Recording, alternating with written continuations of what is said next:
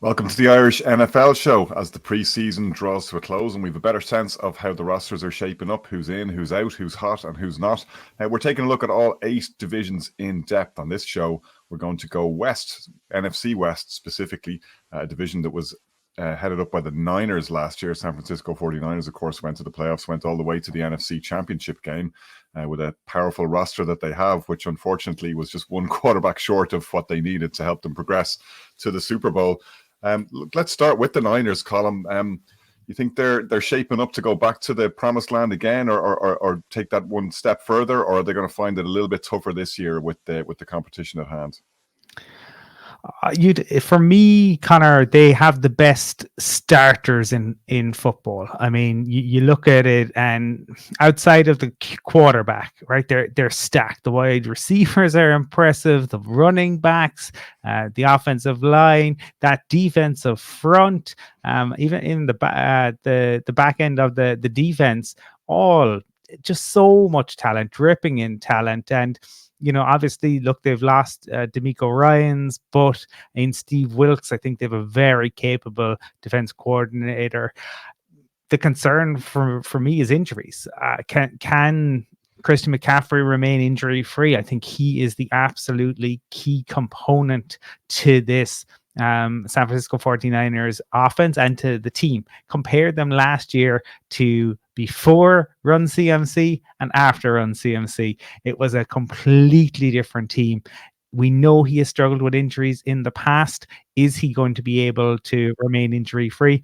And what of Williams on the line? If he was to go down, my goodness, they would be in a world of pain because the depth isn't there. But in terms of starters outside of the QB, they are just the cream of the crop, really. Well, you've teed it up nicely there, though, Colin, when you say outside of the QB, because, Brian, what's happening in that quarterback room is very interesting. They gave up an awful lot for Trey Lance, and it looks like they're prepared to give up on him.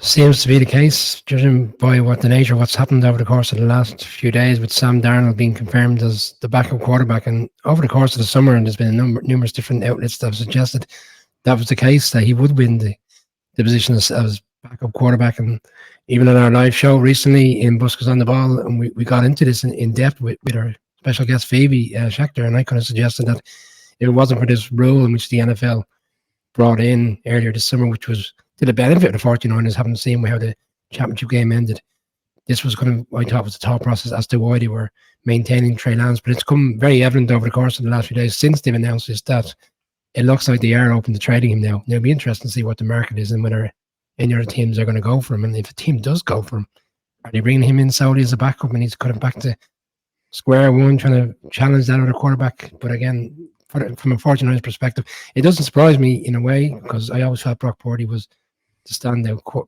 guy to be the quarterback. We saw what he did last season in a small contingent of games, and I feel that having an off season where he's been injured, he's kind of a chance to settle in, understand the offense fully, and I'd expect him to be all guns blazing this season. And we're going to see Christian McCaffrey potentially stay injury-free and have a full season with the 49ers. Kittle started off last season slowly with injuries. Again, Colin's right. I mean, this team is so stacked. Can they stay away from the injuries? And they've only improved. Like, they've taken away you could argue Eagles' best player in defense in coming in free agency, and Javon Hargrave. It'd be interesting to see how he transitions into a defense that's already as strong as it can be. So for me, they're standout favorites to win this division. Can Seattle keep up with them and potentially knock them off when they play each other? That's the interesting piece. Well, let's go to Seattle, and I think it's intriguing looking at that, quarterback situation in San Francisco, as we talked about. You have Trey Lance, and boy, how things change quickly. 1 minute he's a starting quarterback. He has a bad injury last season. Brock Purdy, who was Mr. Irrelevant, the last player picked in the previous draft, comes in and shines. And now Sam Darnold, another redemption story of sorts, back in the frame and looking at QB2 on a team that potentially looks geared up to go the whole way, or as close as they can get, as we saw last season. Colin, the Seahawks, though, look to be the team primed, if anyone can, to stop them, certainly in the division. They've hit on draft pick after draft pick last year. They had two what looked like great picks in Witherspoon and Ajigba this time around, one on either side of the ball. You see Pete Carroll slinging passes around in practice. He looks like he's getting younger as the years pass, and even more up for it. I even saw on a podcast during the week he was addressing the infamous pass that or the run that never was, rather, when he didn't give the ball to Marshawn Lynch in the Super Bowl, and laughing his way through it. It's all pointing in the right direction for the Seahawks. You get the impression. I think so. I'm certainly high on them. And when we were kind of looking at this, doing some research, I was looking at the last time, some of these teams won the Super Bowl. And obviously for the Seahawks, they put an unmerciful beat down on my Broncos when they went on to win that Super Bowl. And if you go back to and look at some of the other images from that year, you'll see Lionel Messi looking longingly at the World Cup trophy that he didn't win. And obviously we saw Lionel Messi get to lift the World Cup trophy. Could that be a metaphor for what the Seahawks are capable of? Potentially, I think if you squint hard enough into the future, they have a lot of pieces. So much is going to come down to Geno, and can he do it all over again? But you consider that they brought in Draymond Jones, Julian Love, Bobby Wagner in free agency, Witherspoon and Smith-Njigba in the draft. There's no obvious hole on this roster. Now, they're dealing with some injuries in their running backs already, but nothing, it seems, that's too serious. They need to get a lot more from the running game. We saw Kenneth Walker last year be explosive at times, but at other times he really struggled. In bringing Charbonnet in, I think that will help to address that. They've also made changes, across to the D-line, to the O-line. I just think that they have, and you talked about Pete, he is in fine fettle.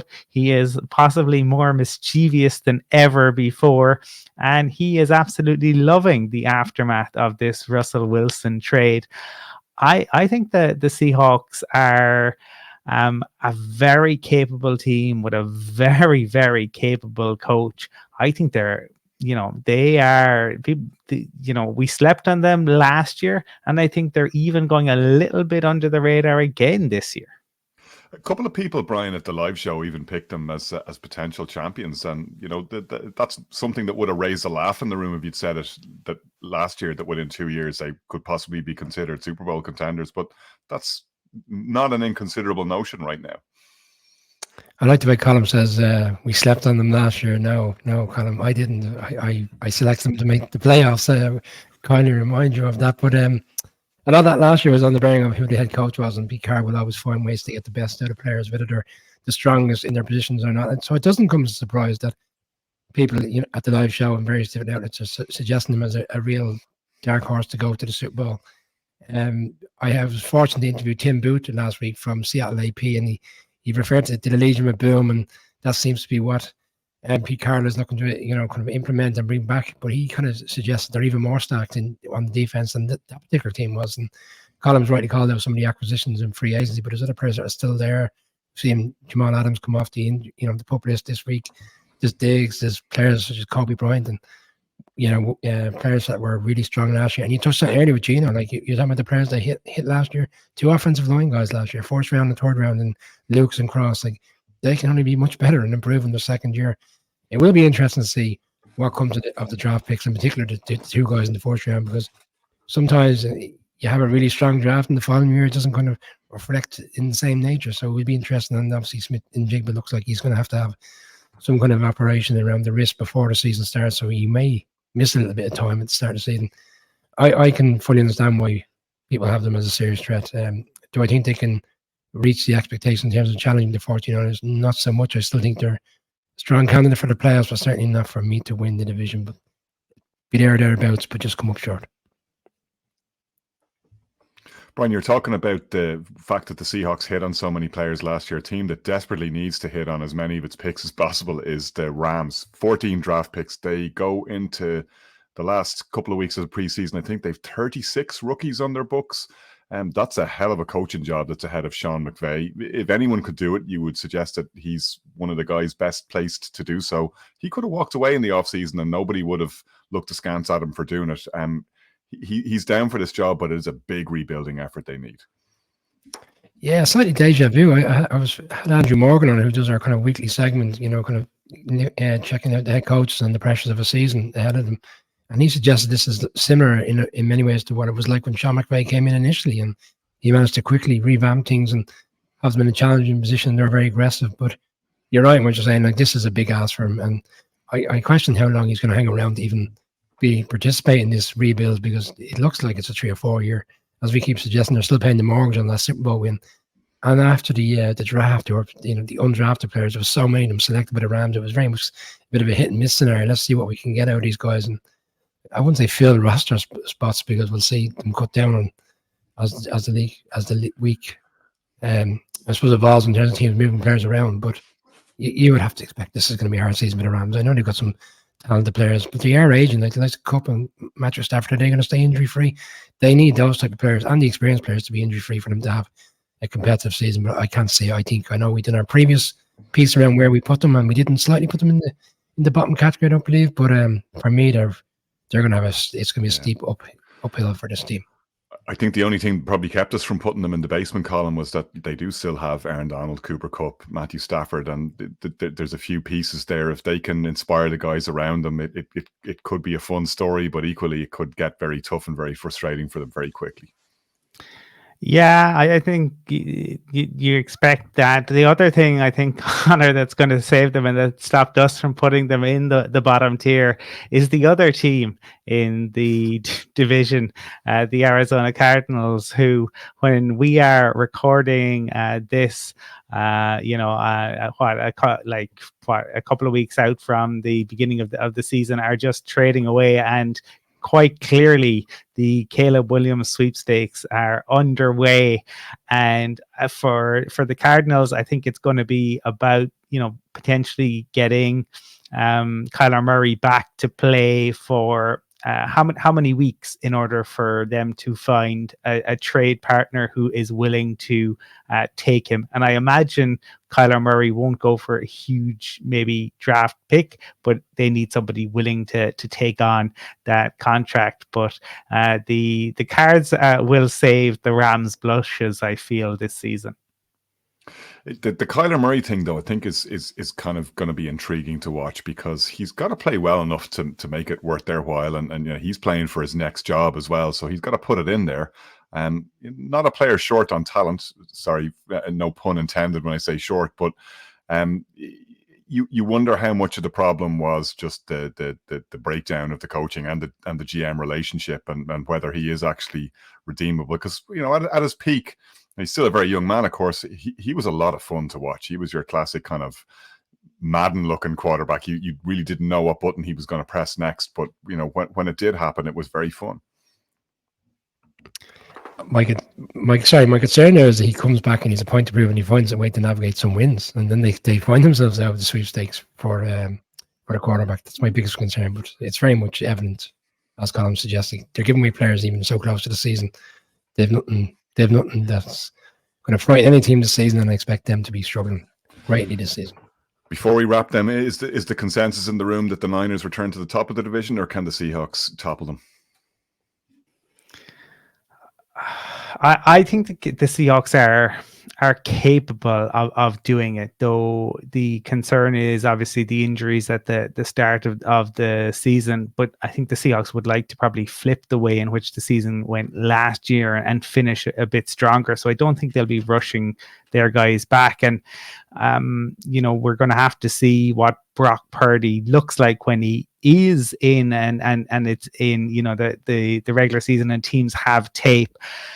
I think that the 49ers are favorites, but I don't know. I can see the Seahawks finding a way to win this division. I'll put it this way to you, Brian. It does seem like this division is probably going to send two teams to the playoffs again. Absolutely, and that's where I'm going. I'm not sure where the column is actually putting his his name to the mast there. But I'm certainly going with 49ers to win the division. I think the Seahawks will challenge them, and Seahawks will be one of the teams as my wild card selection for the upcoming season. So if we were to describe it in terms of proportional representation, then it seems like there's 2 seats here for the take, and it just depends on who gets the transfers and who goes in on the first ballot. There we leave it for the NFC West.